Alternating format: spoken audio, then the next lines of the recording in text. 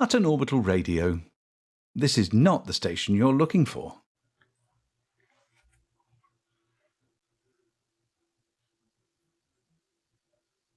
Hutton Orbital is curiously quiet this week. We thought it might be a bank holiday, but Galactic Tripe Awareness Day isn't for another week. Oh well. As we pan along the parade, we can see a solitary Momus bog spaniel who, in the absence of any real people to bite, has decided to chew the leg off one of Eddie Lee Wise's shop mannequins. Better late than never, some of the fluorescent tubes have started to go and flicker like something from a bad horror movie. You know, the ones where they can't afford new lights and creatures come and eat you when you run through the old kitchen or something. That kind of thing. The staff at Budget Clones for You have all buggered off and left a couple of Nexus 6 budget models. Those are the ones with the floppy ears. With the Rubik's Cube and a 3302 copy of the Ladies of Lakon calendar to keep them occupied. Thargoids have closed early and left a note on the door. Oh no, my mistake. Turns out they've just been closed by environmental health again. Even the air cycling units at Cubicle 3 are starting to clear the worst of the smell, and the operatives have had time to pop in and replenish the loo roll supplies without being overwhelmed by an attack of the vapours. The landing hangars are empty, apart from the medium pad, which is a Red Planet taxi service hauler parked on it with a note on the canopy saying, "Back in 5 minutes. Have gone to the pube." Very cryptic. What could they mean? We turn off the desolate parade and into the rec room, but there's a bit more life. Groups of Hutton locals are all sitting in front of the big screen checking their watches. It is precisely 8:30 p.m, or thereabouts, and a familiar face appears on screen saying, "Our mics are live."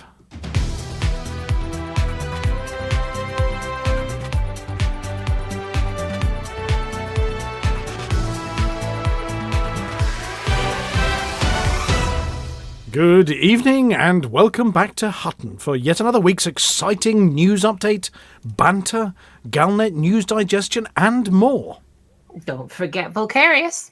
How could we forget? He's taken over the conference room and he's unpacking models of Spire sites, Titans that break into little bits so he can demonstrate with his big pointy thing how to discombobulate them. Oh, the CGs. Can't forget the CGs. Oh, the CGs. Not telling. What about the space news? We did not forget about the chopsticks, no. Did someone order takeout? Goody. Mine's a number 69 with hot sauce, please. Oh, the usual then. Is that with or without the prawn crackers? Spring rolls for me, please. No more takeaway foods in the studio. You all know what happened last time. Mr. Dusty refused to take the boxes away due to the monosodium glutamate eroding his circuits. And it all went mouldy and started walking round. Oh, you mean our new pet? No, let's just get on with the headlines. Technically right is the right kind of right when it comes to the Mandalay marketing. We shove all the powers in a tumble dryer, then try to untangle them. Daylight robbery as Galnet recycles old news.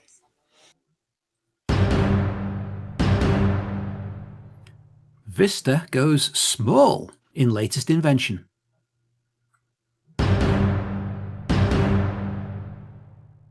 The Alliance announce their latest cunning plan not to lose the next major tournament on penalties. And I bring you the latest runners and riders from Hutton Space.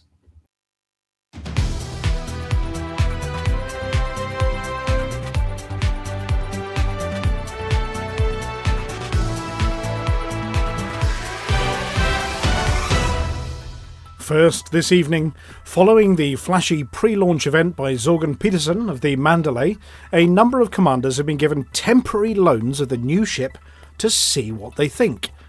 Initial reports are that the ship delivers on many of the grand claims from the manufacturer. It's good looking, it's got big engines, It comes with pre-reinforcements for SCO drives, and the ship kit looks incredible. The lights, the view down from the cockpit, the walk-up boarding ramp that faces the right direction, tick, tick, tick. To start with, excuse me, the Hutton Frogs visiting again. To start with, the Mandalay is certainly nimble. Possibly the most manoeuvrable explorer in its class, with agility both in space and atmospheric flight.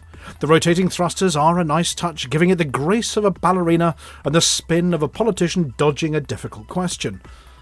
But what about the one thing explorers really care about? Jump range. Well, Zorgon Peterson's marketing team has been shouting from the rooftops that it's a real contender to knock the Anaconda off its throne, and technically, yes, it can surpass the Anaconda's range, but only if you're willing to make some compromises. We're talking about stripping the ship down to its bare bones. Seats? Optional. Internal walls? Overrated. Fuzzy dice? Absolutely not.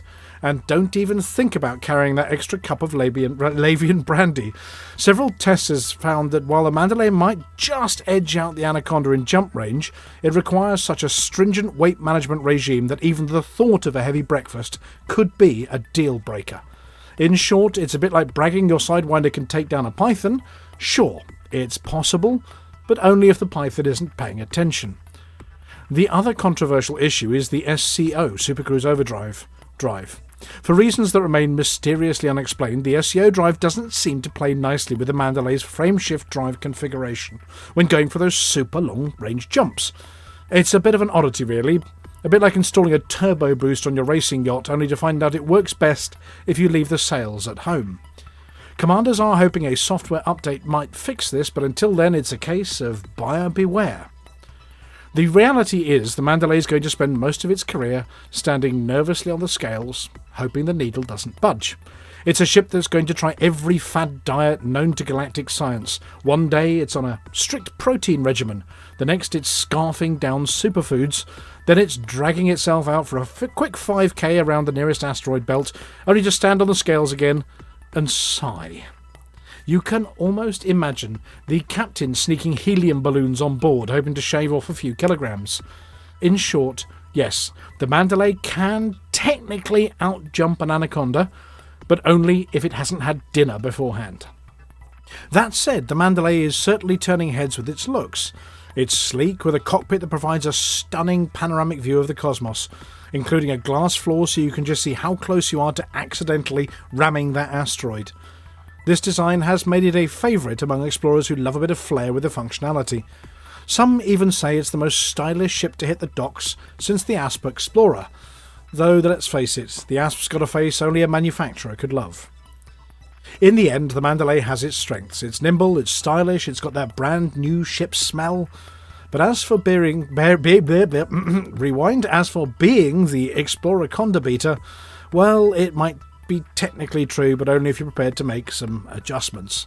Think of it as a minimalist's dream, a ship where you can explore the furthest reaches of space, as long as you don't mind doing it in what amounts to a cosmic unicycle. So, to all those commanders who are looking forward to getting their hands on one next week, just remember, if you're heading out on a long journey, maybe skip that extra ration pack. And if you see a Mandalay captain tapping their control panel and muttering about engine boosts, well, you'll know they're just trying to make sure their SCO drive actually kicks in this time. Happy exploring, and don't forget your diet plan.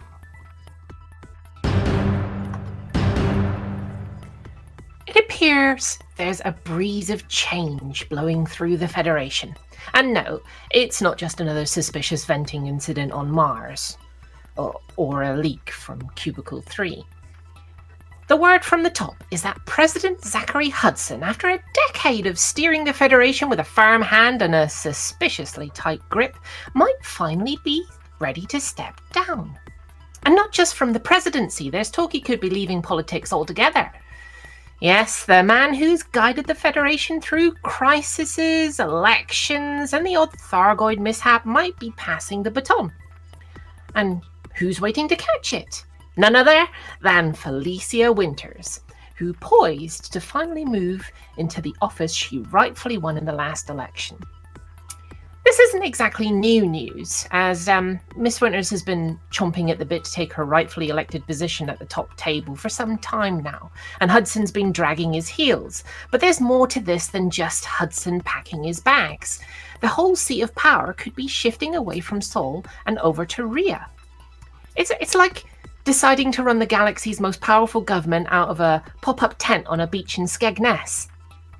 Practical, maybe, but it's bound to raise a few eyebrows. Winters, a champion of more progressive ideals, seems ready to dismantle some of Hudson's legacy, particularly his beloved Proactive Dedication Bureau, or PDB, the agency that's been eavesdropping on comms like a noisy neighbour with a high-tech telescope. Before we get too comfortable, there's another player in this political game, Jerome Archer. Hudson's steadfast right-hand man, Archer isn't just Hudson's number two. He's been quietly consolidating support, making sure the political machine doesn't miss a beat. And even when the gaffe-prone Hudson starts claiming he's the father of modern anti-Xeno warfare, I mean, if you've been following his career, you know he's got a bit of a dual personality. On one hand, he channels Captain Archer wannabe vibes. The intrepid leader, ready to boldly go where no bureaucrat has gone before, especially if it means a security crackdown. But at the same time, there's more than a hint of Sam Beckett about him. Always ready to leap into the top job, trying to set things right, even if he has to tap his Duradrive and mutter, "Ziggy, get me out of this," when things go wrong. You can almost picture him standing there as Hudson announces his exit, whispering, "Oh boy." So, what's Archer's plan now that Hudson looks set to depart? He's positioning himself to inherit Hudson's power base, aiming to keep their faction unified and influential. He's also very likely angling to stay on as a vice president under Winters' administration, making sure there's a steady hand and a PDB data feed still in place. Classic political maneuvering. Keep your allies close, your critics under watch, and your comms devices bugged, just in case. Archer's pitch is all about continuity and safety. He's been championing security and stability, keen on keeping the Federation safe from any threats, be they Thargoids, pirates, or the occasional loose lips comms chatter. Critics, of course, have had their say. The Federal Free Press recently dubbed him the eavesdropper-in-chief, which isn't the most flattering nickname for a man trying to win over hearts and minds. But if Archer can frame surveillance as a kind of big, warm security blanket, who knows? Maybe he'll manage to stay in the game. So, where does that leave us? Hudson might be stepping aside, Winter looks set to take the lead, and Archer is right there, quietly scheming, ready to keep the old guard's influence going. It's like a crossover episode where Captain Archer and Sam Beckett team up to take on a political thriller. One's setting a bold course for the future, the other's just trying not to leap into a mess. Will he secure a spot at the top table, or will Winters chart a new course that doesn't need a running commentary from the PDB? Well, we'll have to wait and see. Meanwhile, following on from last week, we have seen more hints that Nakato Kane will be setting up shop in the Tianizla system. Unwilling to give up her traditional home, this decision is sure to be ruffling Mahon's feathers more than a little. With this decision, weaken the alliance? Well, I mean, they couldn't get much weaker without being demoted to minor faction status on the galactic stage. Amidst all of this, the Empire is suspiciously quiet. What are they up to? Are they going to profit from all these shenanigans? Is the balance of power about to dramatically shift? Insiders are telling us that there is much disquiet in the offices of Ailing Duval, after a leaked memo confirmed a multilateral agreement between all the powers in the galaxy to start pooling resources and offering all the special power-based modules to every power. How this was achieved, no one knows. But as everyone knows, people only sign on to the blue-haired princess for her impressive shield generators. I mean, she seems to be the biggest loser out of this deal.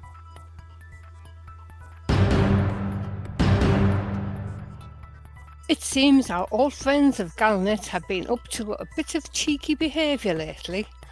Following last week's exclusive Hutton report on the Thargoid muck clean-up at Chinrata Desra, it appears they've been peering over our shoulders, rummaging through our notes and pinching our best predictions. Yes, the latest breaking news from Galnet about scientific advances from Thargoid wreckage feels suspiciously like they've had a good rummage through Hutton's metaphorical glove box. You might remember we told you about our gallant floor-mopping guy bravely mopping up remnants of Thargoid goo while dodging curious scientists, corporate raiders and the odd twitching alien appendage. Well, Galnet must have found themselves a new hobby, crystal ball gazing, because they managed to spin out a story that almost as if they'd been listening into Hutton Orbital Radio last week. Coincidence? We think not. Alvin's not happy about it, and frankly, neither are we. Of course, we're flattered. They say imitation is the sincerest form of flattery, but when it comes from a galactic news giant who should know better, it's less flattering and more mildly irritating. The nerve, especially since our trusty team here at Hutton have already covered the big green mess in our usual style, and we did it first. Lilwolf's eyebrows would be twitching with indignation if she still had them, though after that unfortunate accident with the welding laser, she's got more of a perpetually startled expression instead. It's worth noting Galnet's exclusive didn't exactly cover the real hero of the story. Yes, Aegis held a grand symposium about Thargoid technology might be the key to a better, shinier future.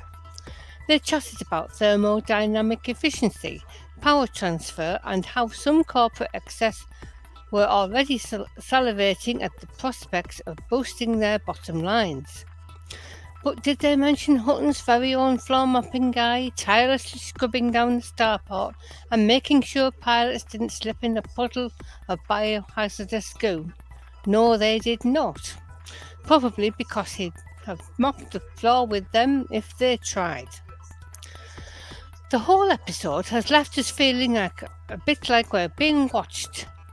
It's almost as if Galnet has been spying on our offices, maybe pinching some of our more mystical methods for predicting the future.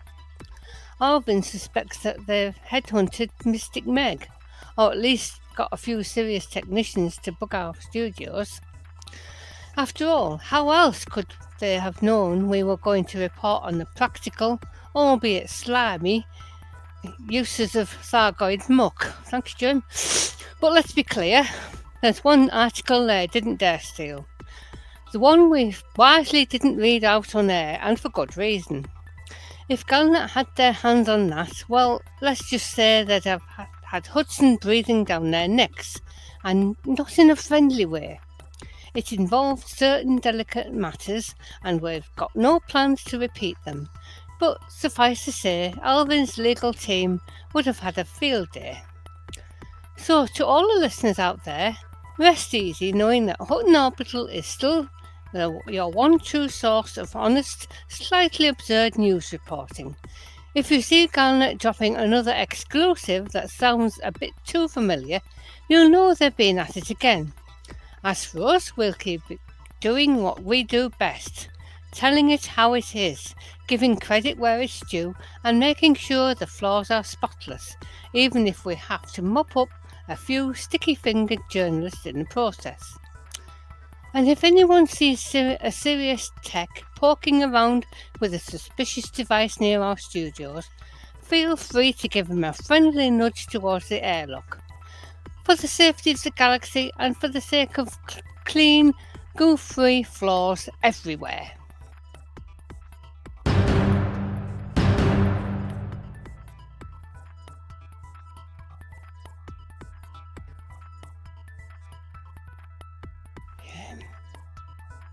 Seamless. Litho. Seamless. Jim. Litho, it's you. Uh-oh. I think we've lost him. We might have lost a little break. I think. Oh, Hello? no. Oh, Oh, no, he's Hello? back. He's back. Yeah, we can hear you now. Seamless. Amelia, quick. Seamless. Not Apology, a officer? seam to be seen. Yes. Oh, we're Quick. very, very sorry, but it's back now. Who's Is it? back? I thought, yeah, you, it's your turn.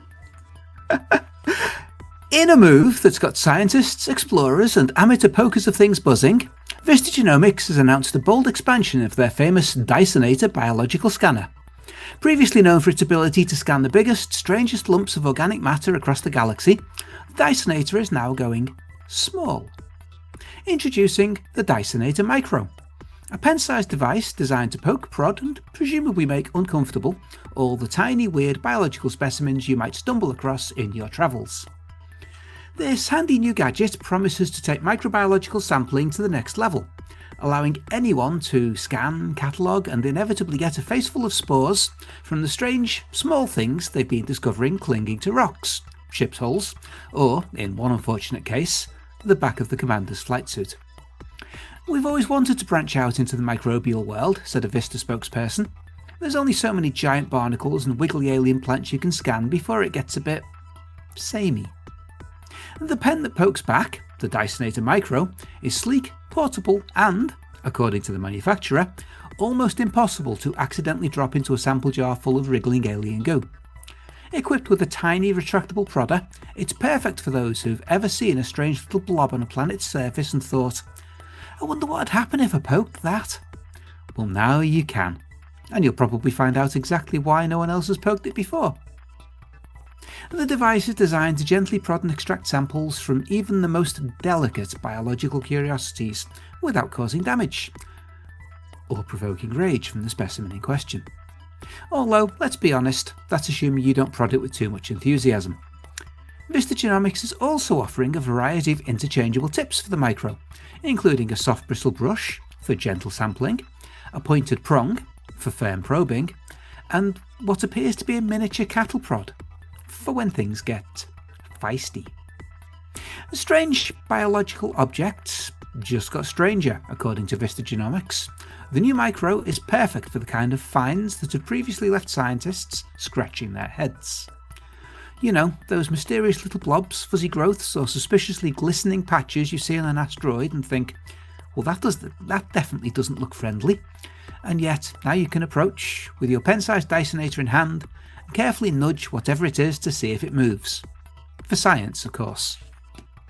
There's a wealth of unexplored biological material out there, and we want to make sure you can accidentally discover it just as easily as you do the big stuff, said a Vista researcher. We want to get the things that are too small, too sticky, or just plain too weird for our standard Dysonator. Things that make you think, should I even be touching this? The press release mentioned that the Dysonator Micro has already been trialled on a number of strange biological objects found throughout the galaxy. Reports include scans of tiny wriggling organisms found on space potatoes, various mystery blobs clinging to ship exhausts, and a particularly resilient strain of something that was once discovered in the Hutton Orbital vending machine. Early reviews are positive, with one tester saying, it's like having a tiny cattle prod, microscope, and general purpose poking tool all in one. Now whenever I see a weird little thing on a planet, I can prod it, and if it explodes, I know I was right not to touch it before. Soon in your pocket, or possibly stuck it to the Dysonator, I'll read that again. Soon in your pocket, or possibly stuck to it, the Dysonator Micro is expected to hit the market soon, retailing at a price that Vista claims is affordable for the everyday explorer. Of course, they don't mention that... I'll read that again as well.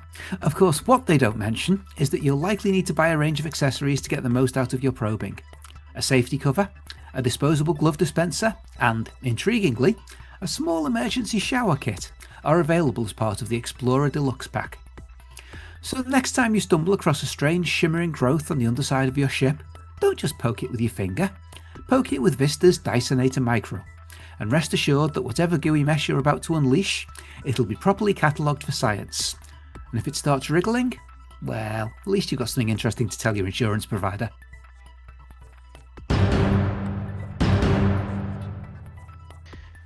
The Alliance's Zero-G football, that's soccer for you on the night shift, team has turned heads with the announcement of their new manager, Maximus... let me read this phonetically. Maximus No, this ain't happening. No. An Imperial called Maximus. The surprise appointment his fans and the pundits alike are buzzing. Mostly because it's not every day you see an Imperial in charge of an alliance sport, let alone one that turns out to be a strategy meeting on Toga. Maximus, who previously led the team in the Imperial Sports League, has been tasked with guiding the alliance sides through the upcoming Interstellar Cup qualifiers. But if you thought that he'd be sticking to the tried and true tactics even, think again. It turns out the man's a bit of a tactical revolutionary. While most zero-G teams are still grappling with the standard 4-3-3 or the 4-4-2 formations, Maximus has already been working on a complex 3D layout that have statisticians... Words are doing well today. Statisticians scrambling for their calculators. We're talking about a multi-layered formation that takes the full advantage of a zero-G pitch. Imagine a classic 4-4-2 but split across 3 planes of play. Defenders and midfielders laid vertically, creating a dynamic 4-2-2-2 where players can pass not just side to side but up and down. Rumour has it he's been experimenting with a 3-1-4-2, which has midfielders floating between the lines, intercepting passes from angles no one's seen before. And let's not forget the ultra-defensive yet slightly confusing 1-1-1-7 formation. More of its mobile barricade than a traditional lineup. We are not sure what to expect, but it sounds complicated. That's the words of one commentator. Anyway, I mean, it's hard enough to mark your own man when he's in front of you, let alone when he's floating 3 meters above your head. But it's not just the tactics raising eyebrows. There have been questions about Maximus's, shall we say, cultural quirks. The man has shown up to press conferences in full Imperial regalia, including a toga. Some fans can't quite get used to it in his Imperial accent either. I don't care if he sounds like he's from Cubrio or the far reaches of Colonia, but what's with all of that talk about vertical superiority on the pitch, said one sceptical supporter. And do we really need to bow to him every time he walks by? Despite the murmurs, the Alliance Football Federation has been quick to defend their choice. It's about innovation, said the spokesperson. Maximus has a vision of how to play in a 3-dimensional space that could revolutionize zero-G football. Whether that means splitting the formations into 3 distinct planes or using the famous orbital attack strategy, we'll be confident he will bring something new to the game. So, what can fans expect when the Alliance team takes to the pitch under Maximus Aurelius? Let's go with that. And all-out assault from every conceivable direction, or perhaps maybe just a bit of an elegant chaos as players get used to quite literally playing on another level. One thing's for sure, no one will be dozing off during their matches, and that's likely to be plenty of drama too, both on and off the pitch. For now, the jury is out. Will the Alliance embrace their new Imperial strategists, or will Maximus' 3D tactics turn out to be a bit too ambitious? Either way, it's going to make for some very entertaining sport.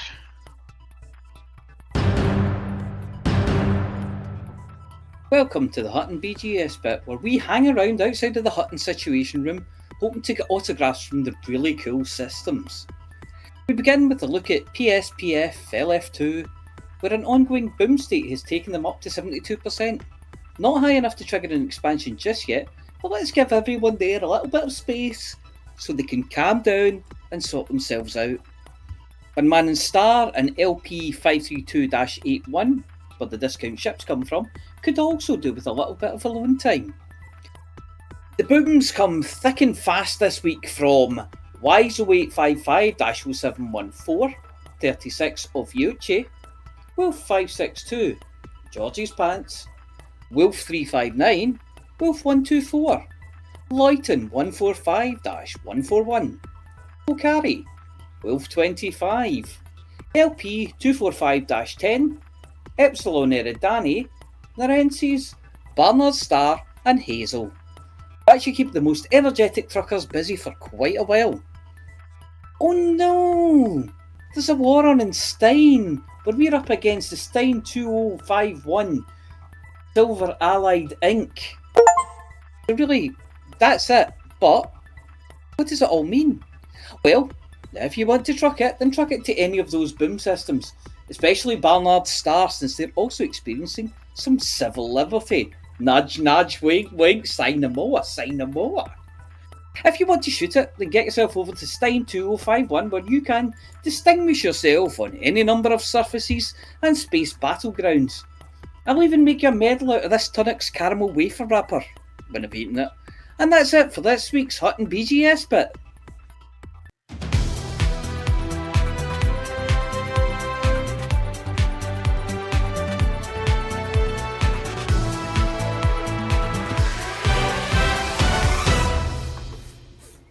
Well, that went swimmingly.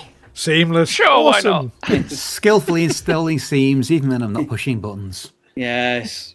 I don't think we could have done much better, to be honest. Well, the best bit was that obviously with your shenanigans with your microphone, we had some pre-show shenanigans after Mr. Dusty ate Litho Breaker's microphone. Anyway, we set everything up, and then he went silent. And then when he came back again, I apologise. No, actually, I'm not going to apologise. That's somebody else's job for the volume. Very, very levels. sorry. Yes, which came back rather louder than we expected from Litho Breaker once he'd recovered his microphone as well. Oh, you're passing that around. Go on, chuck us the can over this way. Anyway, I'm drinking the lot. It's going to be a long night. is it Iron Brew? It's not. It's Pepsi Max. I'm on the Iron Brew. No, I'm on the cider. I'm sorry. I'm not Yeah. going for the healthy stuff. Sorry. We thought you might be on the cider.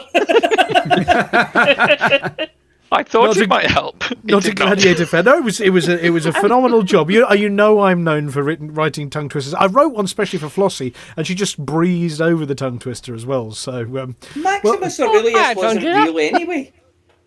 He wasn't Maximus a real Roman. Aurelius. Maximus Yes. Aurelius. Yeah. Aurelius. Or Aurelius. Aurelius. Aurelius. Yeah, it was Aurelius. Maximus Decimus Meridius.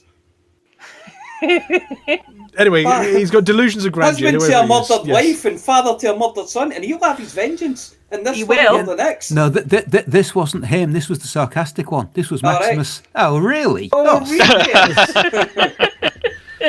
And if anybody was wondering what on earth that's about, I mean, it's Yeah. amazing how history repeats itself. Something about a football manager in the UK for the night shift, a soccer manager, as Mike Rochburns so skillfully told us, yes, a soccer manager being appointed from parts foreign recently. Yes. In fact, all the news is absolutely real. But having said that, talking about the real news, so did Frontier have some real news this week? Did they have a live stream? No. No. No. Last Wednesday every month. Come on, So you. that's two Wednesdays away. Yes. It is indeed. Right. So, what has been happening in the galaxy? Well, as mentioned during the news article, a number of commanders have been invited to test out the new Mandalay, starting from today. And we Yes. have been seeing, there was Rain Man Games was out fitting it with guns and trying to shoot stuff. I'm not sure that's what it was designed for, Rain Man Games, but thank I'm you in the not names of, I'm- I'm not sure that it wouldn't be good at that, though. it might be. You said it was a Yeah. ballerina. Ballerina oh, with it's- guns, surely. Flossie, you managed to get your hands on a set of keys for one of these things. What were your first impressions? I mean, the arrival, the cockpit, the view. I mean, what did you reckon on the Mandalay? Yeah, I liked it. It looks very good. You got the one with the ship kit, did you? Oh, yeah, with the wing extra, the red one. Yeah. I got them both. Oh, you got. Oh, it's all right for some. You got two. Oh, anything you can do, we Well, can do they're better. both available. So, which one did you fly? Did you fly the red one or the plain one? The red one. The red one. It does. It looked good. It looked good in screenshots with the red paint job. It yeah. did. We may have some coming up in a bit. But that big canopy and the view down to your feet, did you take it to a planet? Did you land at all with it? I did, yes. Yeah, I landed on a planet near a settlement because it was too small to take it. But yeah, I've managed it. Looked very good. had to wander outside and jumped up on the top of it. and I walked up the ramp to the back door. I did that. Was that always a thing? Ramp. Could you walk up the other ones or not? Or is this the first one? No, I'm sure you could get so far up and then you couldn't go any further. But this one, you can go all the way up to the door. You can't open the door. You have to go back down again to the little blue circle. I haven't found a way of opening it yet, but it seems as though it's ready for opening. If you check, David, there's a picture of one of the press ships in the folder there. All right, here we go. No, not that one. That's you with your lights on, isn't it? That's the lights. That shows you the spread of the lights. There's one of the press ships. Is that in front of Shinrata there? That is indeed in front of Jameson Memorial. So that's the official Hutton Press one that you managed to borrow earlier today? Yeah, well, I managed to sneak into the room and they'd left keys lying about, so, Yeah, borrow's a very flexible word there. All I'm going to say is it wasn't secured in any serious kind of a way. No. And the engine was running and the docking bay clamps were... Well, it was once I get in it. Yes. So, go on then. Did you hit the boost button? Yes, it did. It's quite impressive. No, on my ship it wasn't. I built an Explorer building and put 4D No, I mean the noise. thrusters in. I put 4D thrusters in and mine wouldn't boost. Oh, it doesn't boost at all? Oh, right, okay. I did. I think it's the distributor that's too small. I'll need to put it back in and have a go. Right, and so did you try sorting out the jump range, this sort of question mark over... I mean, they claimed it was going to be an Anaconda Beta, and we were all expecting, hey, it's going to get an extra 20 or something. I had a wee moment of absolute excitement, but I thought it was going to do 90 light years, and then I realised that was the max range and not my actual range. So if it had no fuel in it, it would do 90 light years. But it would have no fuel in it. Bit difficult without fuel. Yeah. Whereas the Anacondas do sort of 80, 89, something like that? No, well, I think mine does about 82 or 84. And this one I got up to just under 82. I could do bits more to it, I suppose, but that was where I was kind of sitting with it at that point. And I thought, yeah, all right. So Zorg Peterson are sort of technically correct. You get an extra 0.1 out of it. No, I think it's slightly less than my Anaconda at the moment. Right. But I can see the appeal. You might want to give up a light year or two because of the manoeuvrability, because of just the niceness of the thing. Well, and the legs are so close together that when you land, not like the Anaconda where you have to find a huge landing strip. You can put those little legs down. Yeah. Yeah, so it's easier to land. The lights that we saw earlier are fantastic. Let me switch back to those. There we go. We've got the lights back on screen now. When you're sitting in the cockpit now, it's the same as the Mamba cockpit, except underneath your kind of dash, there's a clear panel so you can see down to the ground. Did we not do an article recently about people drawing things that look suspiciously like balloon genitalia on planet surfaces? Oh, I did that years ago. Right, okay. Just checking. Right. Yeah. Yeah. Oh yeah, I can see it now. Yeah, if you look at that. Anyway, smaller. the light spread is great, and you can see through that gap. Those lights light up the ground that you can see through that wee clear panel. So it's really helpful. So when you're trying to drive your SRV around underneath, trying to find the loading hatch, yes, you're not sort of just bumping into a leg and you're nearly there. No, when you're actually flying the ship down to the ground, you can look through a wee gap at your feet, and actually the lights light up where the ground is, so you land dead easily. SRV's always been fine for finding the ship. So less use of the night vision. Yeah, you could use. Yeah, suppose. What's that? You see that red light to the side? Red light. Yes. Yeah. What's making that? That's the backlights of the SRV. Handbrake. Right. That's disappointing. I thought that was like navigation lights or something. No. If they can go red, like that whole thing looks almost like a banshee with the way that those lights are illuminating the ground. But yeah, so it's very nice. I took some of the engine, some of the ship kit off, but I kept that lovely fairing that goes along the front of the wings. Kept that one. That was just too nice, naughty. That was a thing. It was absolute beauty. That's reasonable. Yeah, it looks great. Really nice looking ship. Nice cockpit as well. There we go. There's the ramp that I just managed to catch a quick picture of it. There's the ramp that Flossy was talking about up on screen at the moment. That comes down at the front of the ship there with the door at the top of it. There we go. There's the airlock. Oh, yeah. And I've got a picture that shows you standing looking down the ramp. Yes. Which I put in our chat.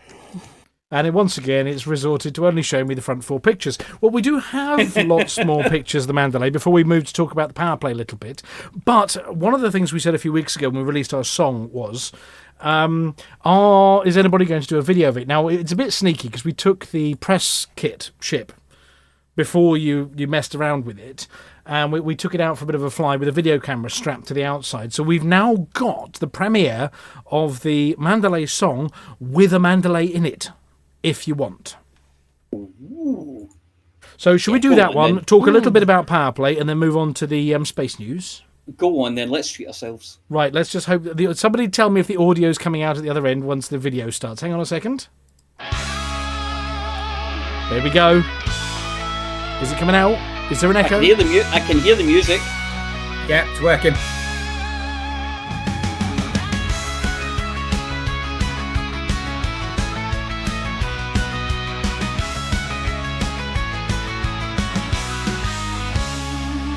By the old Coriolis station, looking out to the abyss, there's a ship that I am craving, and its name I can't dismiss. For the hum is in the thrusters, and the trade lanes always say, soon you'll fly your Hutton trucker, soon you'll hail the Mandalay. Soon you'll hail the Mandalay, let the Aspen Python lay. Can't you hear the engines roaring from the bubble far away? Dreams of flying Mandalay, where the stars so brightly play, and the void calls out like thunder, far from Sol and Labor Way. Shipyards in these busy stations don't have what I need or want, though the Anaconda's mighty and the Python's cool and gaunt. But the Mandalay is different, built for roaming wild and free. She's the one that sets me dreaming of the places I could be. Dreams of flying Mandalay, let the Aspen Python lay. Can't you see her engines glowing, cutting through the Milky Way? At the helm of Mandalay, where the galaxies display, and the cosmic winds are blowing, taking me so far away. I see ships of every kind, from the Cobra to the Clipper, but none of them compare, no, not to Mandalay, the skipper. She's got curves that glide through space dust, and a frame that holds the line. She's the dream of every trucker, longing for the ship so fine. Dreams of flying Mandalay, let the Aspen Python lay. Can't you feel the stars are calling, lighting up the coming day? At the helm of Mandalay, where the void will guide my way, and the galaxies are turning evermore and night to day. When I'm sitting in my hauler, plodding on from dock to dock, I can't help but think of Mandalay, the ship that time unlocks. She'll be fast and she'll be sturdy, and she'll take me anywhere, from the farthest edge of nowhere to the stars that none yet dare. Dreams of flying Mandalay, let the Aspen Python lay. Can't you taste the thrill of flying, far beyond the pilot's sway? At the helm of Mandalay, where the space lanes stretch away, and the stars like gems are shining in the black and endless gray.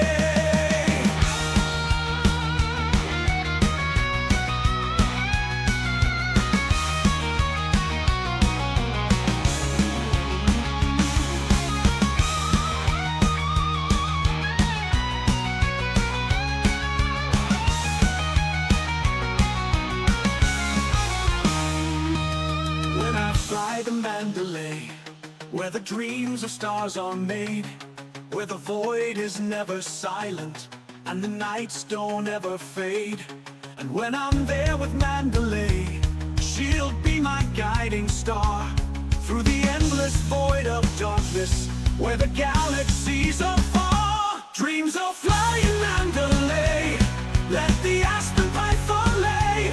Can't you feel the future coming in the shimmer and the sway?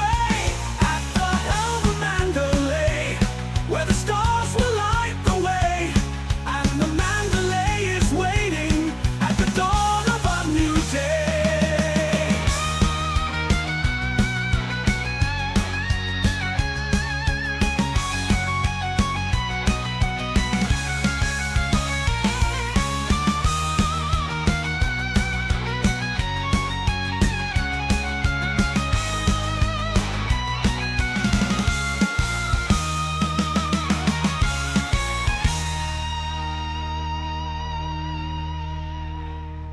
Yeah. There we go. There's our first video footage of the... That's why it was still running when you got to the pad, because I'd left it with the keys in after I was done. Nearly new, is all I can say. Put some fuel in it. Yeah, I'm sorry about that. But look, the wiggly engines and the... yes, all the bits and pieces. Mm-hmm. Very nice. It is. It's a beautiful chip, and actually, you couldn't see it when I was flying over the surface there. But the handling is really very good. I was drifting it there nicely. How did you find it? I found it quite fingertippy. It's as if you could fly with one finger. Very precise. Yes. Yes. Really felt very precise. But it was a nice ship to fly. I mean, before you adjusted it, I'd rigged it up with some better engines and bits and pieces. I'd taken out stuff. Oh, AFM module, no, don't want one of those. And limpets, no, I don't want those. Dump it. Yeah, I haven't tried combat in one yet, but I may have to take it to a res site armed to the teeth and just see how quickly they can kill me. I've kept all the bits I took off, so put some of them back on for me. Yeah, you left them at Shinrata for me, yeah? Yeah. Okay, cool. Somewhere. So what do we reckon, Amelia? Your first... I mean, you've not flown it yet, and it's not really a mining ship. No, it's a very pretty ship. Yeah, that's a good thing. If you're going to visit alien species, you want to turn up in one of these, not a big cheese wedge. Yeah, I'm going to stick with me Type 9. Yeah, I think Retired Navy was saying, I still like my Type 10. Yes, Retired Navy, we know what you do with that Type 10 and what it did to my SRV that one time, I'm sure. I mean, don't get me wrong. It is incredibly stunning. It's a beautiful ship. And with that kit, as per the video there, that ship kit, I mean, it's got sci-fi vibes, doesn't it? It's got real... It screams sci-fi. Yes. Yeah, I don't know for the likes of mining and things like that, I don't know. But what I can tell you is for flying around, I think it'll do quite well as a combat ship because it's really manoeuvrable. But it depends what shields do for you. Yeah. Well, you can put up to, what is it, a 6, I think, in there. Did I check that right? Was there you can put a 6 in it. Which is... the distributor might be a bit small for that, but you can do, yeah. Yeah, fair enough. So yes, that was the Mandalay, and then we move on to the rumours around power play that we mentioned earlier. The very strong rumours that Hutton's nemesis might be about to quit entirely. Dum dum dum. Yes. The EDF. Well, here's the thing. Radio. Will they have to be renamed the RDF, the Rear Defence Fleet? Given that... Yes. That could be misinterpreted. Yes. Slope. Yes. The Rear Defence Fleet, on the basis that if Hudson quits, is he quitting Earth? And if he's quitting Earth and the president's now based over in Rear... I think the administrative centre is actually Mars, but yeah. So things get quite grim over there. Will it be diarrhea? Well, it is, because after the planet got destroyed, yes. Well, I mean, there's certainly worth watching one eye on Galnet News, and obviously the Galnet News Digest, when they digest the news that we wrote the week before, when they catch up with us next week about what's actually happening. But then obviously Nakato Kane, there are strong rumours that she is actually going to be based in Tion Isla, not far from the Tion Isla ship graveyard. Now that's a bit of a cat amongst the pigeons, because that's right in the heart of Mahon space, as I remember. So how they've carved that one up, nobody knows. And then there's the shenanigans around this Jerome Archer fella. who does look just like Sam Beckett. Oh, boy. I'm going to have to Google Sam Beckett, sorry. Pardon, what? I have to Google who these people are sometimes. Oh, right. No, Quantum Leap. He's too young to know. Captain That's just Archer. making me feel very, very old. See, Captain interestingly, Archer. Jerome Archer is currently the vice president of the Federation under Hudson. Wait a minute. What? And Sam Beckett, Scott Bakula, Sam Beckett played Captain Archer. Hence the article earlier. Yes. Star Trek Enterprise. About going beyond. Yes, going bravely. You know what I mean? Yeah, it was all tied together in the script. But yes, so he's the guy who likes bugging your phone. Apparently. He's just called to say no, he doesn't. Yes. No. It's probably him that's bugged our phone and leaked everything to Galnet for next week. So yeah, there's lots coming. It's arriving on the 22nd. We're going to be hearing about political shenanigans, Power Play 2. Other change in Power Play 2 is apparently all of them get all of the stuff, just in a different order. Yeah, eventually. Yeah, so we did have a look at some of the leaked paperwork on this one, and obviously they get their own one first. So the blue-haired princess lady gets her prismatic shields first and gives them away, but then eventually everybody else's. There's no news at the moment that we can confirm or deny about any Concorde cannons. I don't know whether they fire Concords or they're like opposite of Discord cannons, or goodness knows. For Nakato Kane. That was kind of going to be one of my questions. Do we know anything about if the two new powers get anything of their own? Well, there's one new power. Okay. Oh, if they're just transferring the pacifiers. Well, we don't know, but yes, we do believe that Jerome Archer is actually just stepping into Zachary Hudson's shoes, or something that looks like his, because he doesn't wash his feet very often. But he'll be pacifiers then. Oh, and by the way, I just looked up where Tyan Isla is. It's on the very edge, like the very periphery of Mahon space. Like Mahon's all the way over in Gateway, which is I suppose so. Across the bowl. Yeah. So, however, it is right on top of Zeonce, Leasty, and Lave. It's like right next to them. So is Lave Radio going to have a new Overlord lady? Absolutely. If the headquarters in Tyan Isla, definitely it's right. So Lave is now going to potentially have Nakato Kane in charge. We'll have to ask them whether they've got a new party. Never mind the new party, they're all going to have to start sucking their gut in if they get a lady boss. Dave Daily Lay. Well, the previous boss was the one who looked just like the Dastardly Don, wasn't he? Mahon. Oh, yeah. And now they've got a lady, so all the live radio guys will need to be sucking in their gut. Well, you mean Psyche isn't already in charge? Yeah, but she's been there long enough that they just let them. They just do what she says, otherwise she will viciously give a look at them. And So over the radio. So there's bound to be one new thing coming, and there are new screens. Ships are going to get screen upgrades for the various displays of power play and the various bubbles and all of these new influences that you can have on them. It would be curious to see what happens around Earth and Sol, and as you say, Mars, not Earth, being the centre of government. I'm a traditionalist. Earth, Mars is secondary. We'll see what happens. There's bound to be some Galnet news coming out about it, so keep your eyes peeled on that one.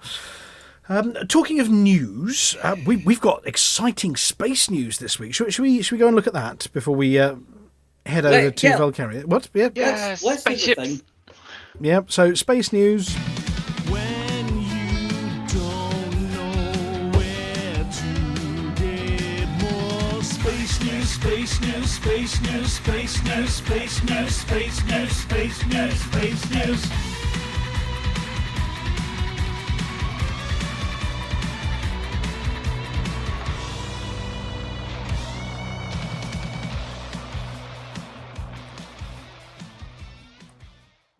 Okay, so who somebody else can introduce the first one? What have we got for our first? Sure, I can do this one because it thinks I'm a robot. Hang on. I've been blocked. No, you can't have this one. There you go. I'm taking it away. It says no. Computer says no. Oh, boo. Oh. Well, in short, Federal Aviation Authority and SpaceX, they hugged it out. They're friends again. Everybody's happy. Or maybe they just took SpaceX's word for it and kind of went, yeah, fine, I can't be bothered I to look at your report. I kind of thought that was going to be the case in the end. Like, you don't want to tick Elon off. No. Not now that he's got a robot army. Exactly, and chopsticks. Yeah. But we'll talk about the chopsticks in a bit. So they've made friends again. They have made friends again. And, I mean, again, part of me wonders whether actually they just kind of went, they're about to catch a spaceship. Maybe we want to see them do that. Or secretly hoping that it would go bang and they go, well, now you really can't fly anything. Yeah, I mean, there was a bit of a shenanigans about them saying, "Oh, well, you want to do 5 launches a week, and that's the same as 10,000 cars a year on extra on US roads or something each week." And they went, "Yeah, but it's still less than aeroplanes, so shut up." I think was their answer. Pretty much, yeah. So, are they going after that? Like, well, so with SpaceX, like, we're talking about this, like, the advancement of humanity as a whole, and they're arsing around over fines and a bit of rocket fuel. So. Yeah. Yes, but they're a bureaucracy and they have to feel important. Yeah, and they're talking about, they've found ways to mitigate the harm to wildlife. Well, yeah, I mean, like reusing the flipping rockets instead of just dropping them on some poor unsuspecting dolphin in the ocean. Swimming along, mind his own business, plonk, big rocket lands on your head, not very good for dolphins, or catch it with chopsticks. There's your choice. Did these things not use, like, did they not burn hydrogen and oxygen to make water? Or is that the old ones? You basically do. Some of them do. Yeah. But bearing in mind, you need the energy to create that in the first instance, which uses... you have to put in energy to split the water in the first place. Yeah. Well, the bigger problem is that a lot of them burn methane, which produces carbon dioxide and water, which isn't too bad. But because they burn them fuel-rich rather than oxygen-rich, because if you burn a rocket engine oxygen-rich, it literally burns the engine. Yes. So that means that they're burning fuel-rich, which means too much fuel for the oxygen, which means they're spitting out methane, which is a very nasty greenhouse gas. It's a greenhouse gas. And they're spitting it out all the way up right through the top of the atmosphere where it does the most harm. And it doesn't come back down again, does methane? Right, space catapults is the only answer. Giant trebuchets... That's the way forward. No fuel. There was a thing about space lifts not that long ago. I was thinking, like, if you start from a big enough, like, you've got a massive ladder onto the top of a massive platform, surely your distance from the Earth's center of mass must increase, thus your gravity decreases. Orbital tether. Yeah, but orbit isn't that high compared to the size of the Earth. Well, it is, but yeah. Yeah, the problem is to make an actual space elevator work, you don't need to just go to low Earth orbit. You need to go pretty much twice as far out as geostationary to make the balance work. And that's quite a long way out. That's a really big ladder. Yeah. So as an altitude, that's 35, 36-ish megameters. As a radius, that's more like 41, 42 megameters. Yeah. That's a lot. Yes. Anyway, they're allowed to do it now, and they've made friends. Oh, I mean, SpaceX having a load of great publicity for doing what they did, and the FAA being the evil one, may not have sat well with the PR department. Maybe it was driven by the PR department. But talking of PR departments, there's a PR department of a company that's been around for, just the space. Actually, no, SpaceX bit first. Hang on a second. Let's look at the next SpaceX bit. So the next SpaceX bit is Little Grey. You put this one in, didn't you? I did again, yes. I've got a big blank screen in front of me. Oh, I think no. We've broken it. Oh, no, here we go. It's a video.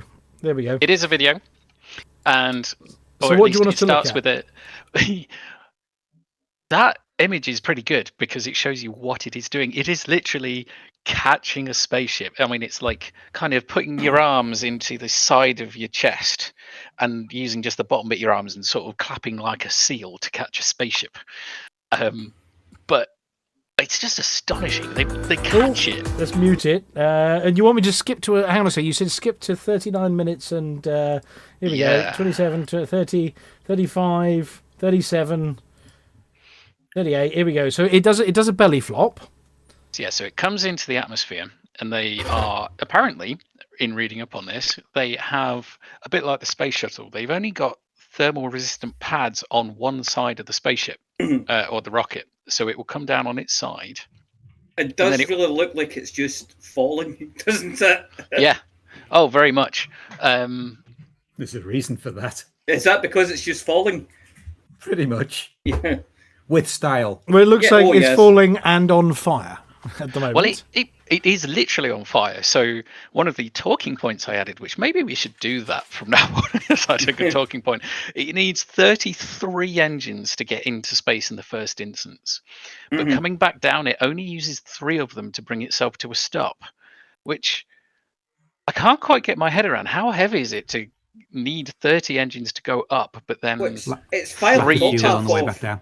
I suppose it's entirely fuel. So. And payload. Fuel and payload. So at this point on the video, obviously I've got a slight delay. It's literally there it goes, hurtling through the sky. That is plummeting. So somebody at mission control at this point was bricking themselves, yes? Well, no. Obviously, we probably don't want to put it on because we might get. I think is that glide angle too steep. It's fired. Here we go. The FAA were laughing into fired this something to kick it round, and then it fires its rocket to slow itself dramatically. It's coming in according to their tacho on the right, coming in at like 14,000 miles an hour. And you can see they had a slight burnout on one of the sides, so it's an issue they need to address. And I think they clanged the tower, didn't they? They did clang the tower. Yep. I don't care. They caught a rocket. And as Mr. Miyagi said, a man that can catch a fly with chopsticks can do anything. Yes. Wax on, wax off.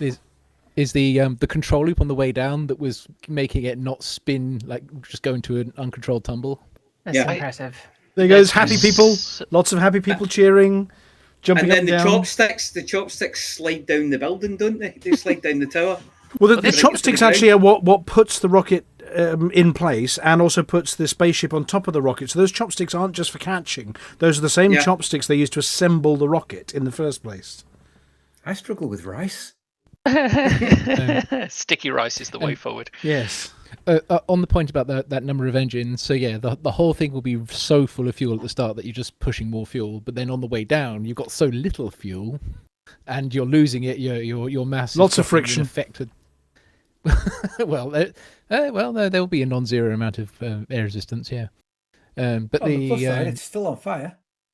Yeah, as I understand it was something to do with a blowout from the side that they'd lost a. That's probably where they clanged the tower briefly on the way in. But even so, it's a huge accomplishment. And so this thing is designed to obviously have the Starship on the top of it. And the Starship, and this is not like the old ones that take sort of 4 people. This is designed to take up to 100 people strapped to the top of this. Or 100 tons of cargo. Which is 100 people? God, really? People. Yeah. Yep. 100 people? Yeah, but they're all in economy cabins. Yeah, so the rocket that sits on top of that is big enough to have enough cabins for up to 100 people. That's just bonkers, isn't it?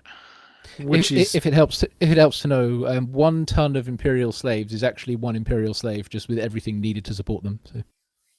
Which is why 100 tons of cargo for 100 people. Yes. You can't fool me. Imperials just overfeed the slaves, don't they? Well, better than the Federation's porous. If you kept them colder and didn't feed them as much, you could probably get them down to half a ton.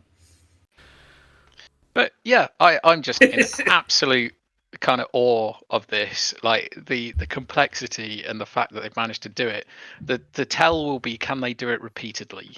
Well, this is their objective, isn't it? That they do this, they lower it back down again, refuel it, and it's good to go. Their goal is to re-go again within 5 hours.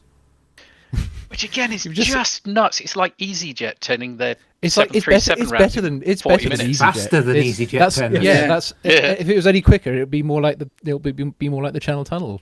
I mean that's more like you got to lower it, check it out to make sure you didn't scrape it too bad, refuel it, stick the payload back on top of it, and be ready to go again in under 5 hours. And that's their ultimate objective. That's just boggles the mind.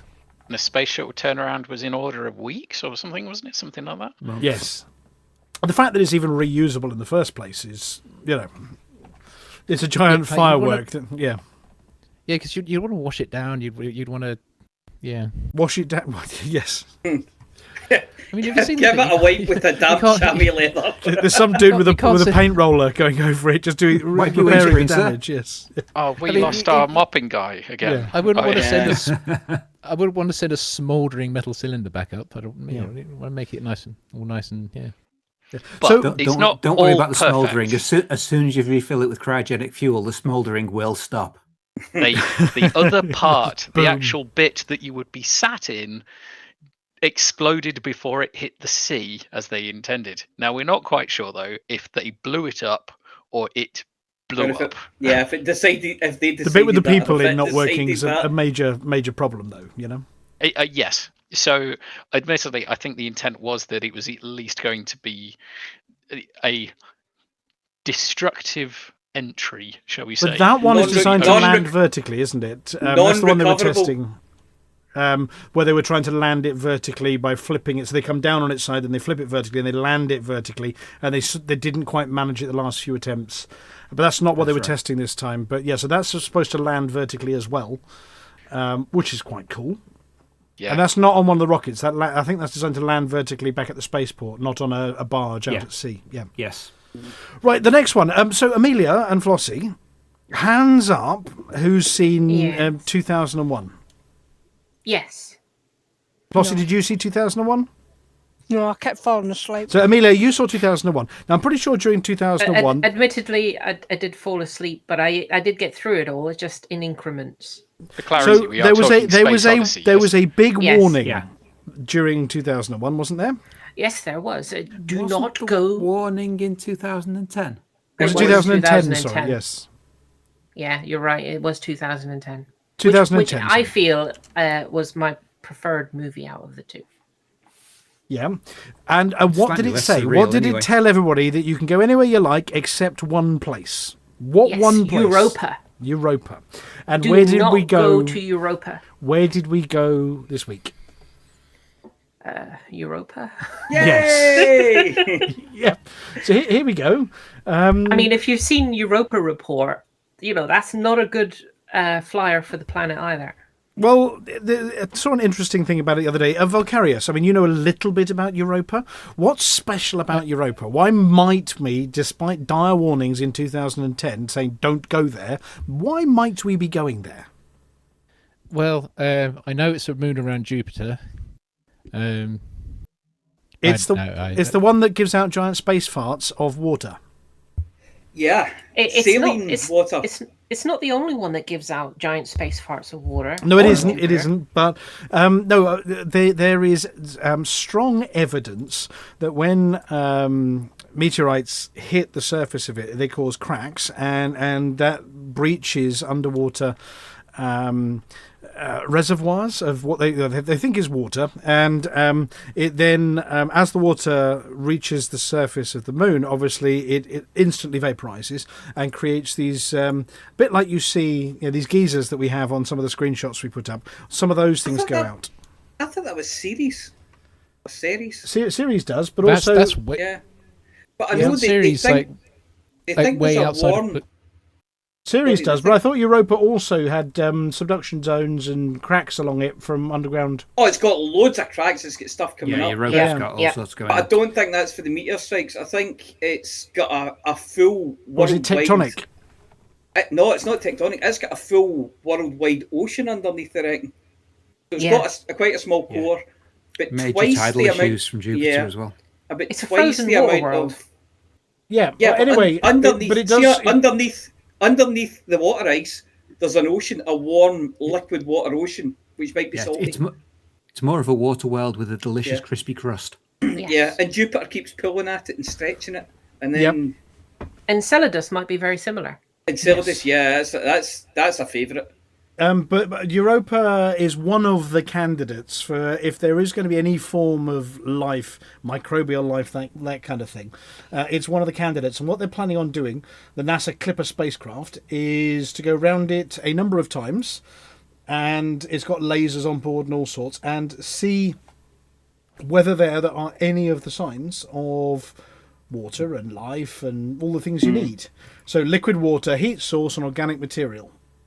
Yeah, I think the difficult part is that the ice crust is something like 25 miles thick, 25 kilometres thick. It's pretty thick.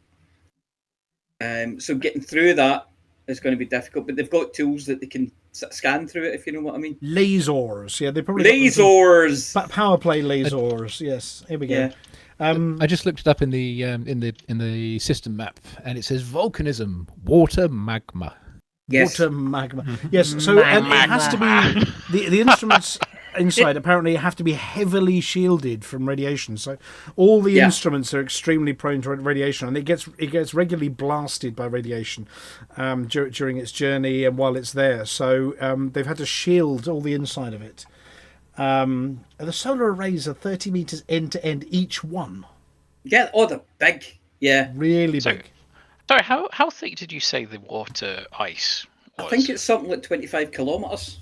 So that's actually about the same as the Earth's crust, rock crust. Mm-hmm. What's that in terms bananas? of that's 15 to 20 bananas. kilometres. Who's got banana fire up the What's that converter. 17 million. 25 kilometres. That is actually it's 17 radius. mega bananas. Wow. Yeah, MBs. It's on the galaxy map. Sorry, on the system map, its radius is only 1,560 kilometres. So that 25 is quite a big proportion of it. Yeah. Well, moving a bit closer to home, we've had a few phenomena here on planet Earth. We've had a lot of these auroras. 40 to 100 miles deep. Ouch. The ocean, they expect is 60 to 150 kilometres deep. The ice is 15 to 25 kilometres or 10 to 15 miles aren't thick. there sort of suppositions that a lot of the water that arrived on Earth arrived by things crashing into it that were wet and depositing their water? Yes. Possibly, yeah. So it's got more water than Earth has. Yeah. Cool. Yeah. Well, I think the four things you need are obviously the temperature, the water, the organic chemicals of some, the other chemicals you need to make the various building blocks, and it has to have been there long enough for something to have happened. I think is the fourth element, and it's got all of these things. It's old enough. It takes time. Life takes time, and soupy. Needs to be soupy. Soupy. Yes. And I reckon that one of the things they're going to scan for is to see if those organic compounds are there. Yes, it's going to be exciting unless we discover that actually we shouldn't have gone to Europa and we're all doomed because of what they told us. Yep. And it's due to get there in 2030, and one of the guys I know in work has got his name on one of the microchips that's going out there. Oh, cool. What, carved into it? Yeah, it's carved into something on the ship.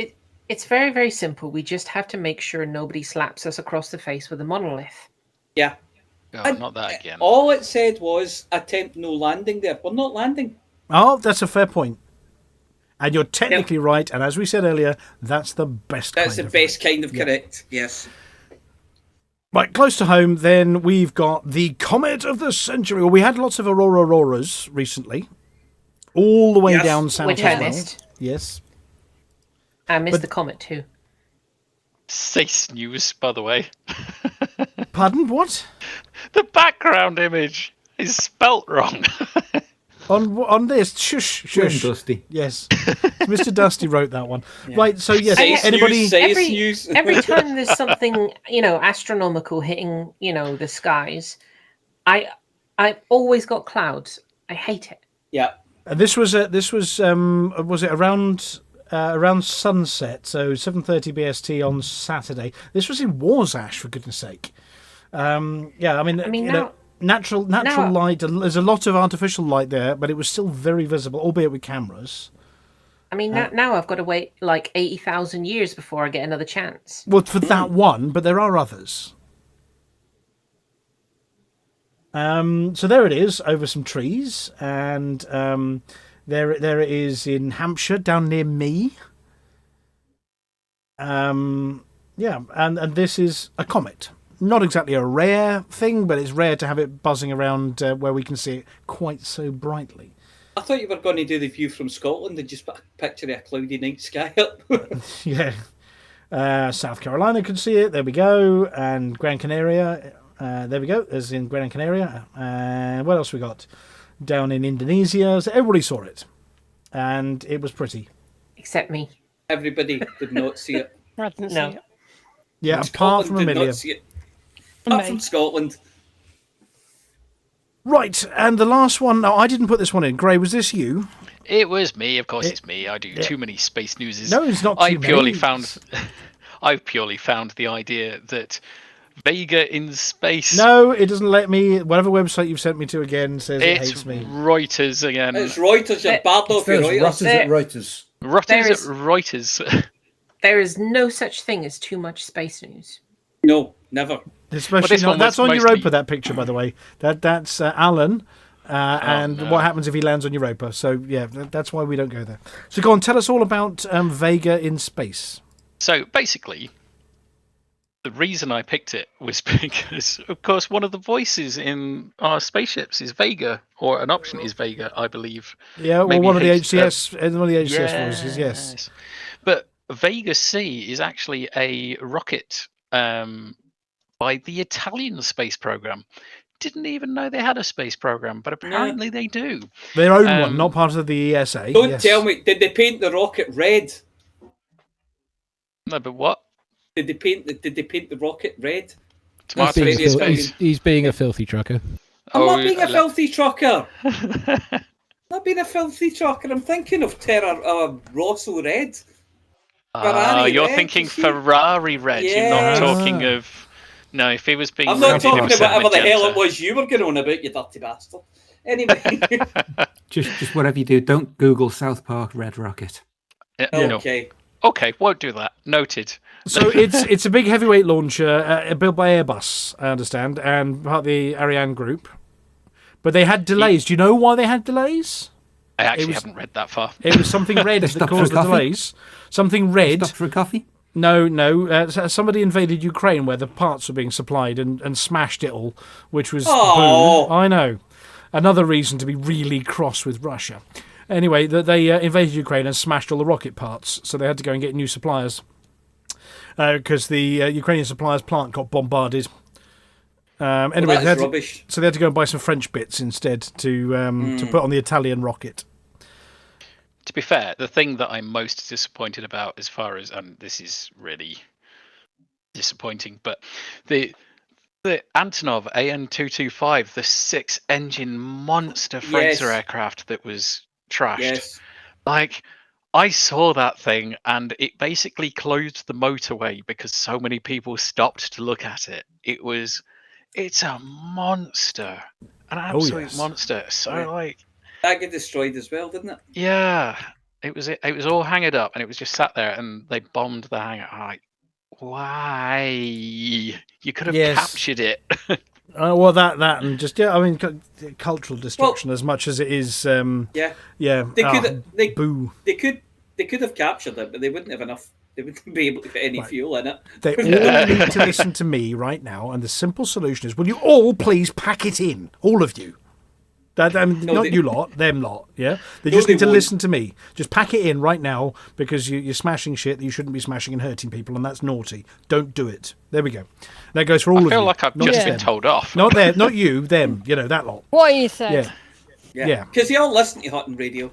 Yeah, absolutely. So anybody from any of those parts of the world with at war with each other, doing manoeuvres off other people's islands or closing the borders and destroying the roads between you and your next door neighbour, just pack it in right now. Yeah?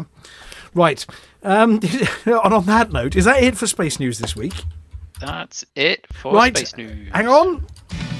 When you don't know where to get more space news, space news, space news, space news, space news, space news, space news. Right, are you ready, Vulkarius?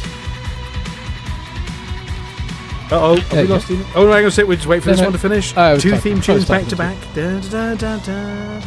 You like the aardvark with a double mug? Yes, well done, Vulkarius. You spotted the aardvark with a double mug. Double part with the mugs is acceptable in all Hutton bars. Aardvark! Aardvark! We're flying high in the black face, the Thargoid threat. Vulkarius leads the way, no fear, no regrets. Guys are tight as breath, saving humankind. Together we'll defend, never fall behind. Whoa, keep your lasers flare. Whoa, Vulkarius is here, fighting on front. No fear tonight. Whoa, Vulkarius.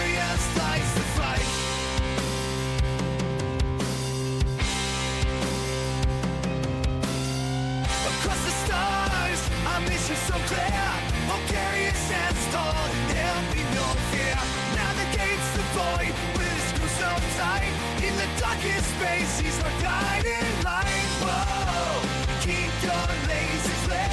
Whoa, Vulkarius is here. Fight the onslaught, no fear tonight. Whoa, Vulkarius lies to fight. It's time to arm your vent-negating nanites, armor-mashing AX missiles, and core-shattering shard cannons. Sponsored by Maximus Aurelius, the Titan Raijin main event is live this evening. The first of its ominous onion rings is already wrecked, and there are 7 more to go before the week is through. Carrier parking space is at an all-time titty nope around the Titan, so transfer your base-busting boats over to... No, I don't think that's the real system, but New Guang works if you really need the concourse. Or whatever else isn't available while in the recovery state.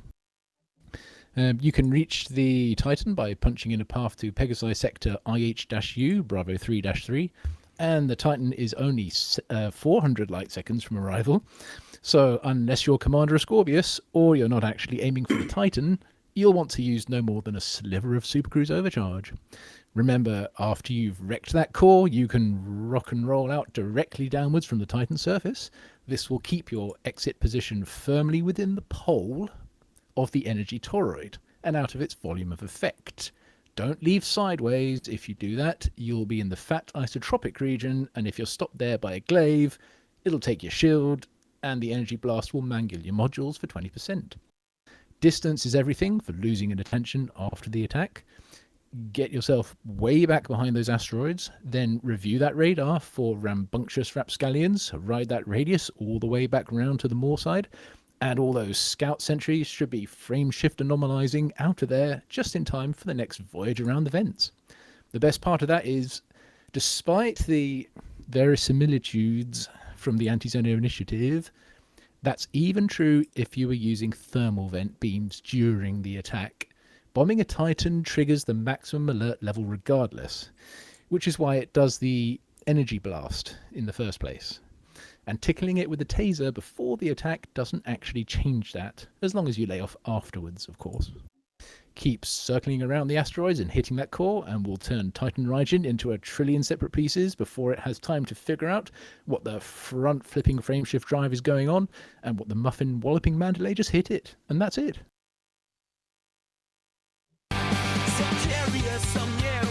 Shouting out the fight.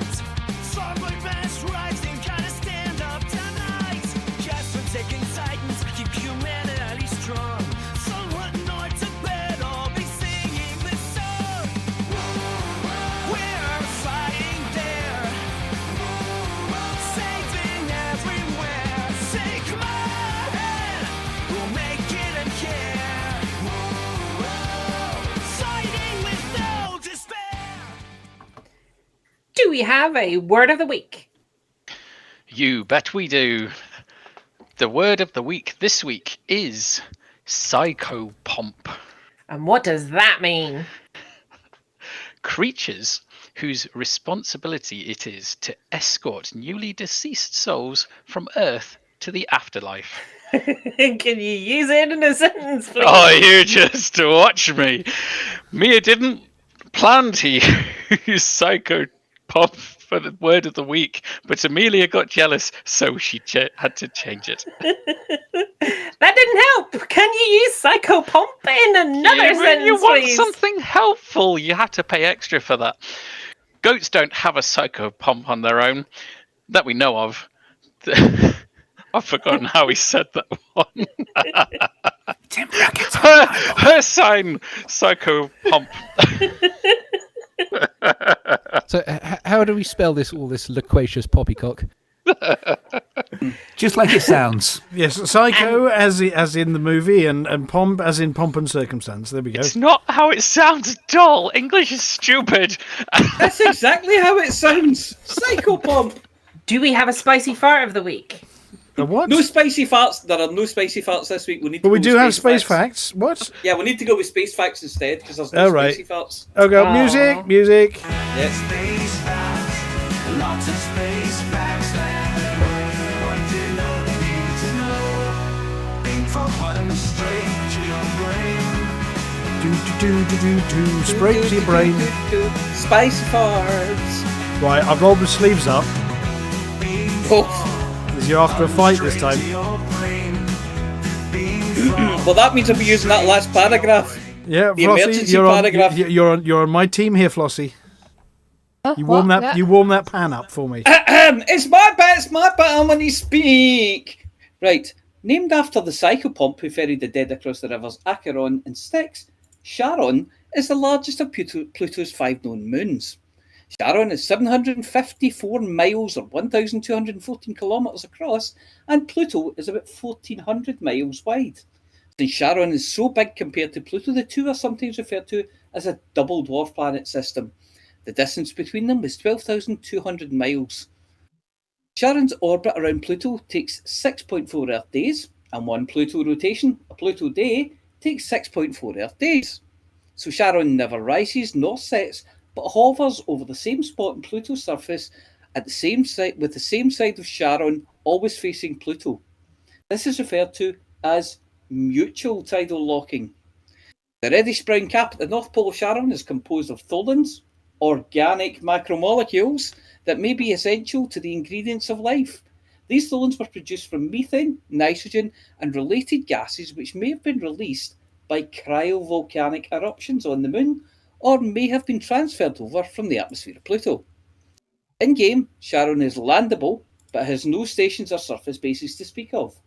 You can pick up some cadmium, antimony, or mercury, but only in very small amounts. And I'm using the last paragraph now. No, it's not Sharon. There is minor debate. There is minor debate over the prepared pronunciation of the name. The mythical figure is pronounced. The mythical figure is pronounced with a K sound, and is so Charon. And this is often followed for the moon as well. However, Christie himself, the person who discovered it, who pronounced the initial CH as a sh sound, as he had named the moon after his wife, Charlene, or Carleen as you would call her. Many English-speaking astronomers follow the classical convention, but others follow Christie's note, and that is the prescribed pronunciation at NASA and at the New Horizons team. And they're wrong. Do you have you got Brian Blessed? It's what? I probably do have. Hang on. There we go. Yep. There is no way that we've got. We should sign off with that. If it's Charlene and Sharon, it should be Shristi as well, surely. There's no way that we've got planets named Neptune, Pluto, and other such Greek deities with Charon not being pronounced Charon. To be honest, NASA I'm decreeing them to be wrong. That's it. To apply logic to English, it's not going to work. I heard Charon, but I heard it pronounced Charon. Yeah, I've heard Sharon as well, or Sharon. I think that might have been me last telling me it's a GIF, not a GIF. Yeah. Just a quick. I've heard. Go on, sorry. I was just going to say just a quick thing before we move on to the next segment. I forgot to say the word of the week, spelling and its meaning are coming across your boards in the form of a headline. We thought a psychopomp had taken them up to the afterlife for words of the week. Yeah. Using it in a sentence. You watch as Vulkarius includes that from now on. No, that's a great word, psychopomp. Right. Well, yeah, I can use I'm that. sulking. Easily. Was that chulking? No, I'm chulking. No sulking. Oh, you wait until next week, Vulkarius. You've got no chance fitting that one in. Oh yeah, I'll fit it in easy. You can do that. I think there's only one that I haven't so far. I'll see if I can find it. Yeah. Okay, well, getting away from the space facts, thank you very much for your dubious... No, the space facts were great, the dubious pronunciation. Maybe I'm going to have to find this person and have words, or NASA. Flossie, now we've got a choice for your bit. Mm. We can do all the tunes. We can do some of the tunes. We can do one tune. We can just do the intro and a tune. What are we going to go with?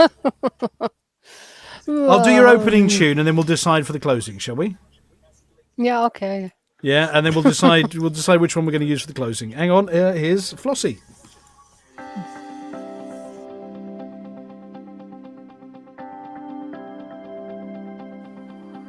It's Flossy. It's Flossy. It's Flossy.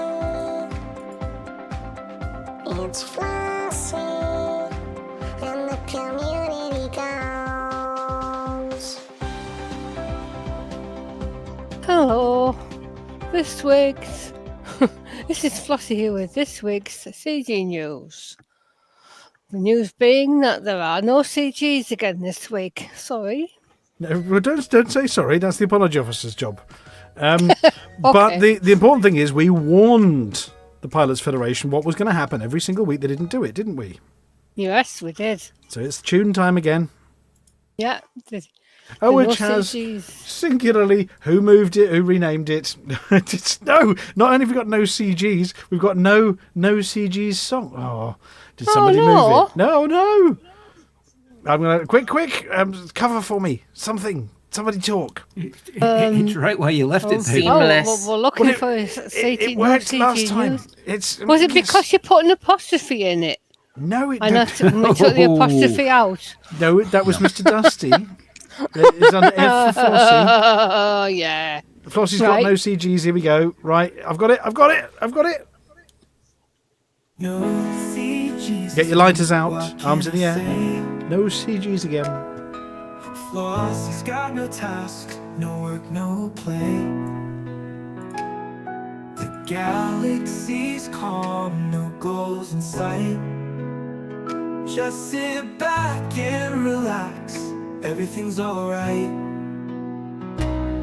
No hauling, no fighting, no tasks to do.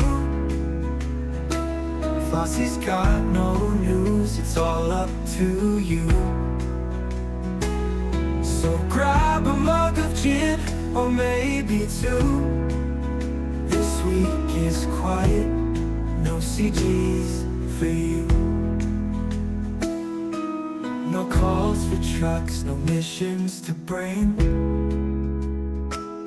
Not a single thing, not a single ping. The stars are quiet, the stations too.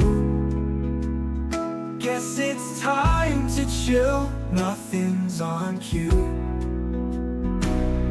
No hauling, no fighting, no tasks to do. Flossy's got no news, it's all up to you. So grab a mug of gin, or maybe two. This week is quiet, no CGs for you.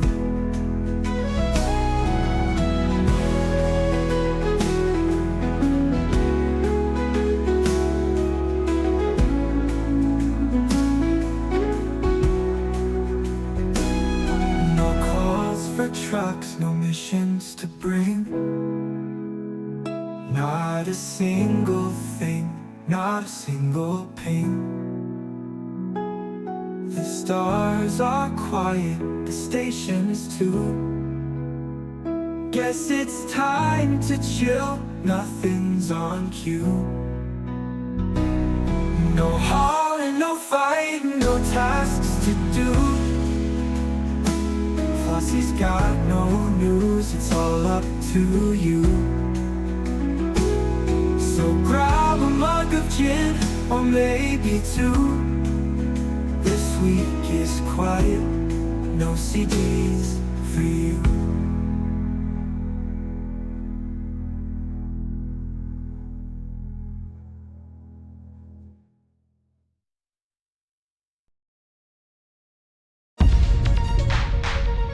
Galnet News Update, 17th of October, 3310.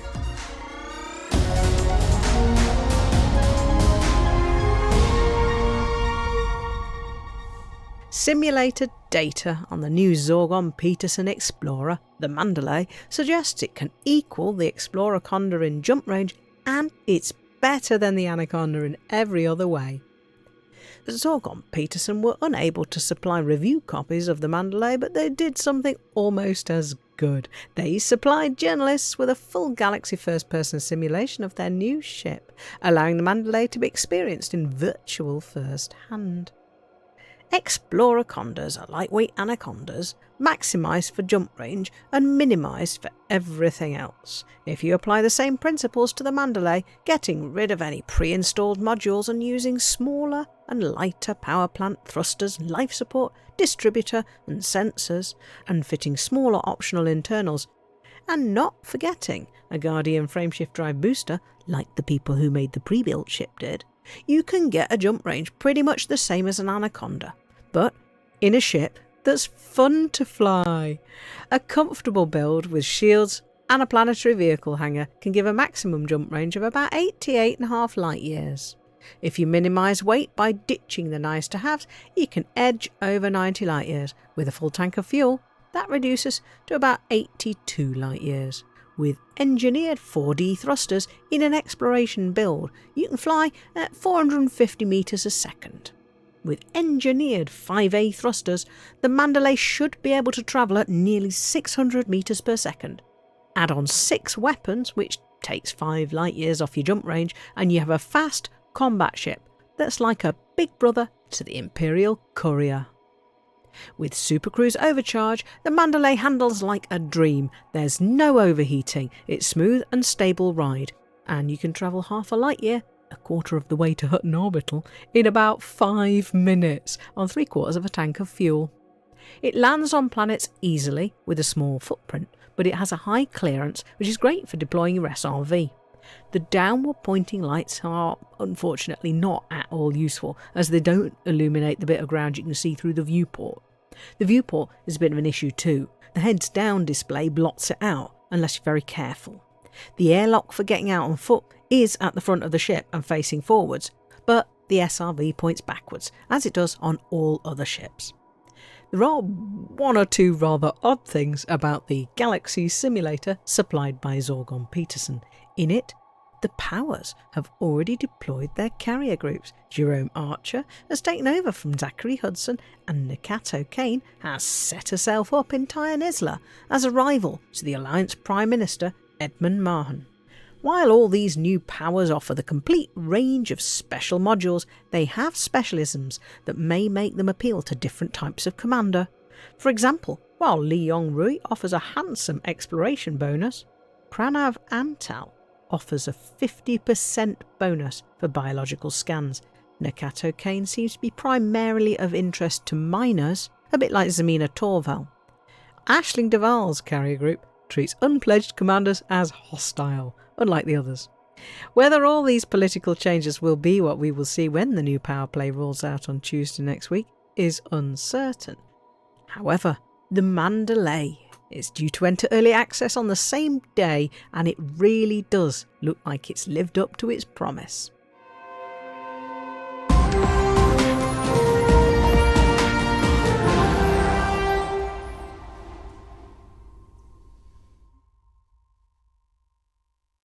Well, there you go. I better put our faces back on the screen, hadn't I, really?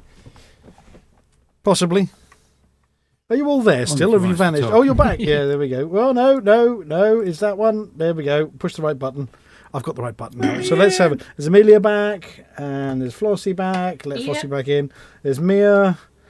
There's Hello. Nitho. Hang on a second. Hello. Have we got Vulkarius? Yep. And there's a little grey. Who have I forgotten? Oh, me. There we go.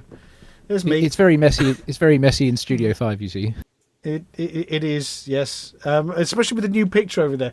That picture, I'm pretty sure that's not actually you there, little grey. No, pretty sure Mr. Dusty just looked at a picture of, I don't know, a hobbit or something and drew it. I don't know. It did kind of look a bit like me maybe 2.5 years ago, sort of post-lockdown. Slightly rounder than I should have been. Well, maybe...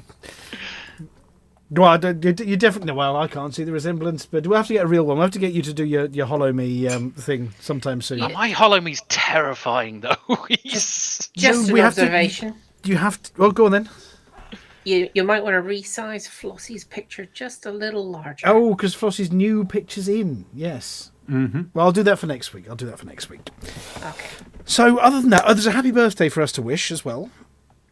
before we go. Really? Yes. Well, he's a regular in our green room. It's Commander Aidan. I'm pretty sure he's turned at least 70 or something this week. So Commander Aidan, happy birthday from all of us. Are we going to sing the song? Well, I'm hoping I've got it right and it is actually his birthday. I think it's his birthday today. Yeah, I think it is. Yes, yeah. Well, nobody else told us otherwise. Hey, look, we're going to celebrate your birthday whether it is or not, but I think it's your birthday. Somebody else can roll in the singing. Be mine on Monday. You do that.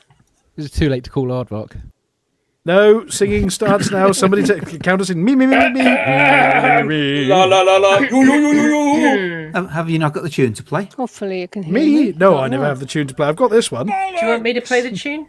Go on then. All right. Can you hear me? No, yes, No. I Flossy. can hear you. All right. Okay. It's yours on Monday, yes. Which means we sing next week as well.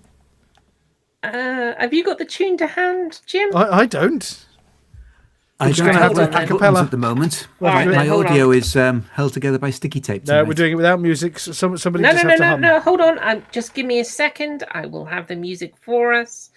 It will just need to load the Google Drive. Okay, ready? Ready? Yes. Ready.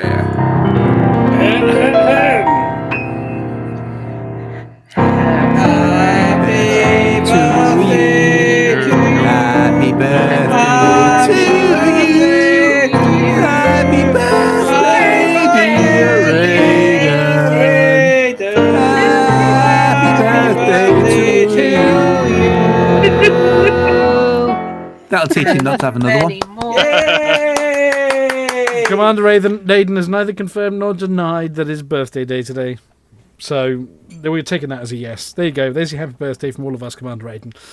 Other than that, so Litho, you've got to put your decks back together again.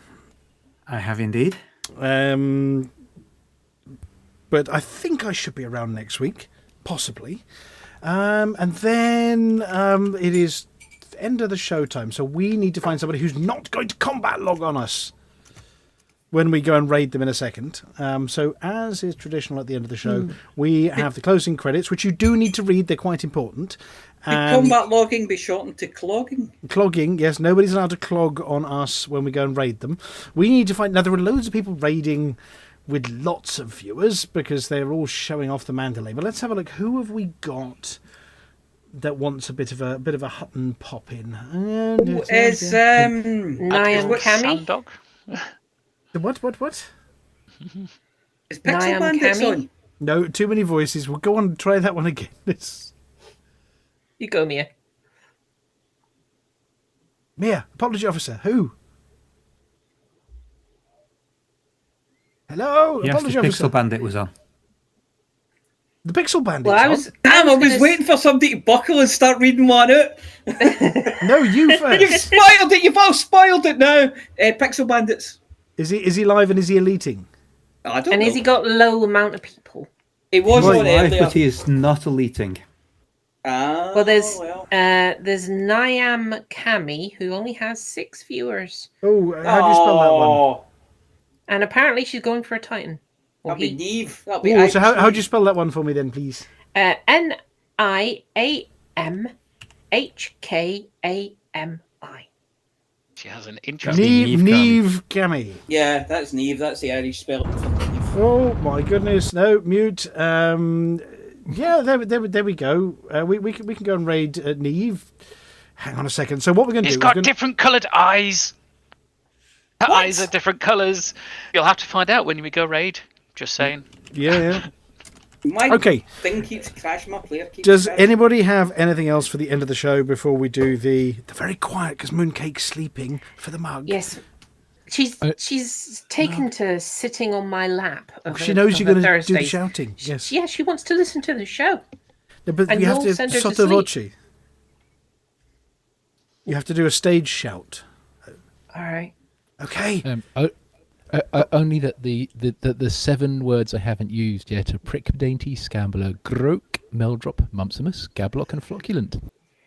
Right. Is that so- not prick me dainty? Because use that's them all next relevant week. information. I think it's prick me dainty. It is prick, dainty, yeah. Yes, prick me Yep. dainty. Okay, should we go for the credits then? And Psychopomp. Oh, Psychopomp, yes.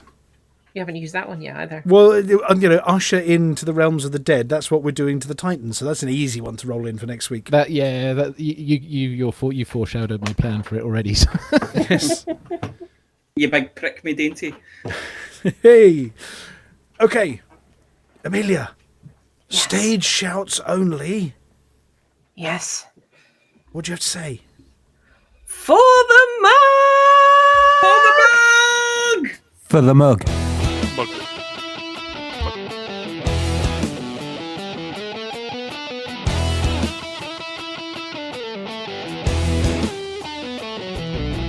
No journey too long and no cargo too small. The profit margins never really mattered at all. We're gonna take the cargo where it's needed today. Super cruising all across the Milky Way. We'll take anything, anytime, anywhere. Loading up the T-9s to the brim with grain. For the mug, yeah, you know just where we're coming from. For the mug, now everybody sing the Hutton Trucker song. For the mug. Flossy always seems to crash into the sun. Swivel likes the pilot on the Xbox One. Alvin at the front, you know he leads us well. Trucking across the galaxy, now everybody yell. For the mug, yeah, you know just where we're coming from. For the mug, now everybody sing the Hutton Trucker song. For the mug, yeah, you know just where we're coming from. For the mug, now everybody sing the Hutton Trucker song.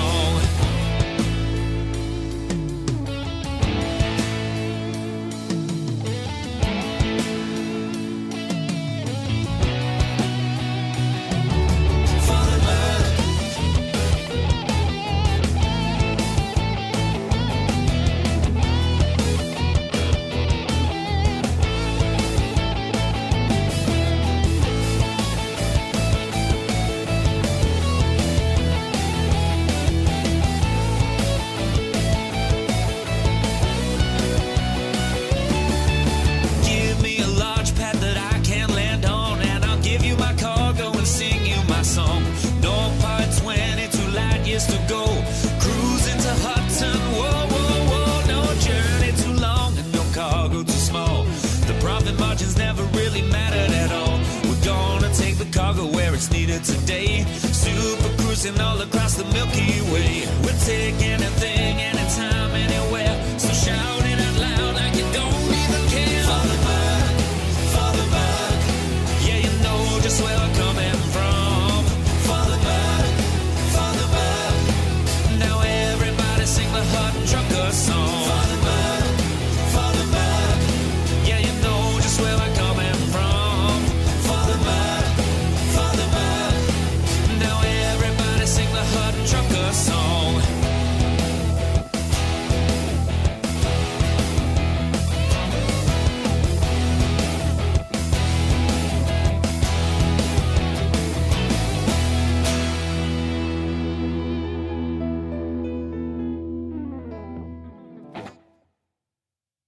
Well, ladies and gentlemen, that's the end of the show. Everyone's buggered off now, so why don't you bugger off too?